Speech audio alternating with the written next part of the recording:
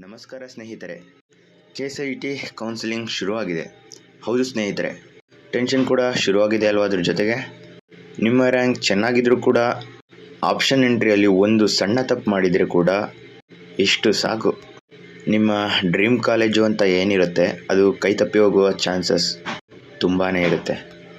ಈ ವಿಡಿಯೋದಲ್ಲಿ KEA ಯಾರಿಗೂ ಹೇಳದ 3 ಟ್ರಿಕ್ಸ್, ಅದು ಸೀಕ್ರೆಟ್ ಟ್ರಿಕ್ಸ್ಗಳನ್ನ ನೀವು ಮಾಡಲೇಬಾರದ ಒಂದು ದೊಡ್ಡ ತಪ್ಪಿನ ಬಗ್ಗೆ ಈ ವಿಡಿಯೋದಲ್ಲಿ ಹೇಳ್ತೀನಿ ಸ್ನೇಹಿತರೆ. So let's start. ಅದಕ್ಕೂ ಮುಂಚೆ ನೀವಿನ್ನು ನಮ್ಮ ಚಿನಂತ್ ಮೀಡಿಯಾ YT ಚಾನಲ್ನ ಸಬ್ಸ್ಕ್ರೈಬ್ ಮಾಡಿಲ್ಲ ಅಂದರೆ ದಯವಿಟ್ಟು ಸಬ್ಸ್ಕ್ರೈಬ್ ಮಾಡಿ, ನಿಮ್ಮ ಫ್ರೆಂಡ್ಸ್ಗೂ ಕೂಡ ಶೇರ್ ಮಾಡಿ. ತುಂಬ ಉಪಯುಕ್ತ ಮಾಹಿತಿ ಇದು. ಸೊ ಮತ್ತು ನಿಮ್ಮ ರ್ಯಾಂಕ್ ಎಷ್ಟಿದೆ ಅಂತ ಕಮೆಂಟ್ ಮಾಡಿ ಸ್ನೇಹಿತರೆ, ನಿಮ್ಮ ಕ್ಯಾಸ್ಟು ಕೂಡ ಕಮೆಂಟ್ ಮಾಡಿ. ಬನ್ನಿ ವಿಡಿಯೋನ ಸ್ಟಾರ್ಟ್ ಮಾಡೋಣ.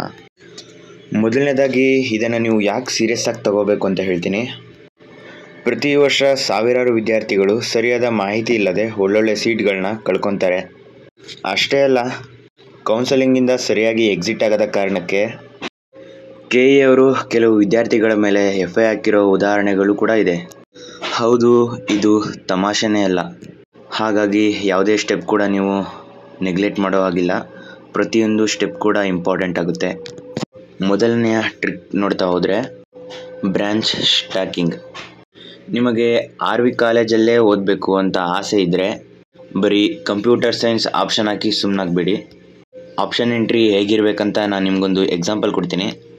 ಫಸ್ಟ್ ಪ್ರಿಫರೆನ್ಸು RVCಯಲ್ಲಿ ಕಂಪ್ಯೂಟರ್ ಸೈನ್ಸು, ಎರಡನೇದು ಇನ್ಫಾರ್ಮೇಷನ್ ಸೈನ್ಸು, ಮೂರನೇದು AML, ನಾಲ್ಕನೇದು ಎಲೆಕ್ಟ್ರಾನಿಕ್ಸ್ ಆ್ಯಂಡ್ ಕಮ್ಯುನಿಕೇಷನ್ನು.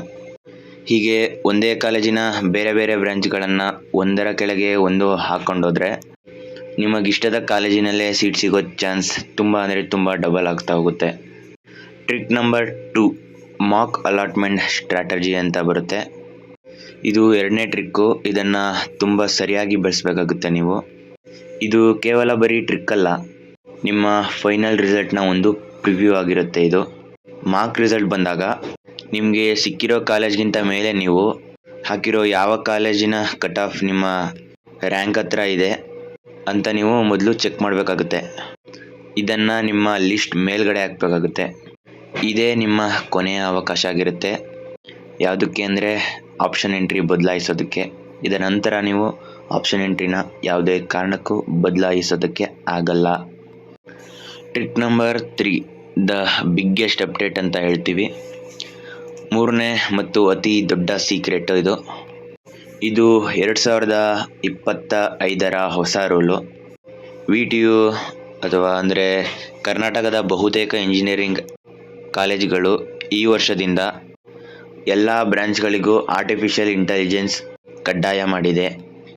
ಹೌದು, ನೀವು ಮೆಕ್ಯಾನಿಕಲ್, ಸಿವಿಲ್ ಅಥವಾ ಯಾವುದೇ ಬ್ರಾಂಚ್ ತಗೊಂಡ್ರೂ ಕೂಡ ಫಸ್ಟ್ ಸೆಮಿಸ್ಟರ್ನಿಂದಲೇ AI ಕಲಿಯೋ ಅವಕಾಶ ನಿಮಗಿದೆ.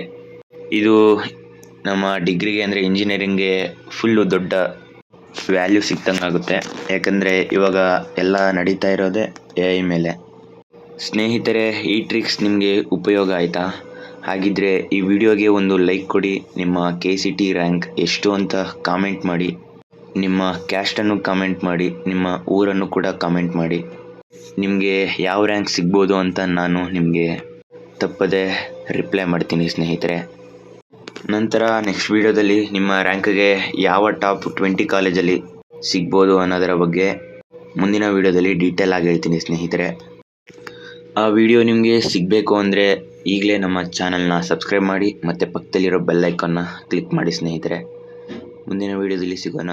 ಬಾಯ್ and all the best for your counselling.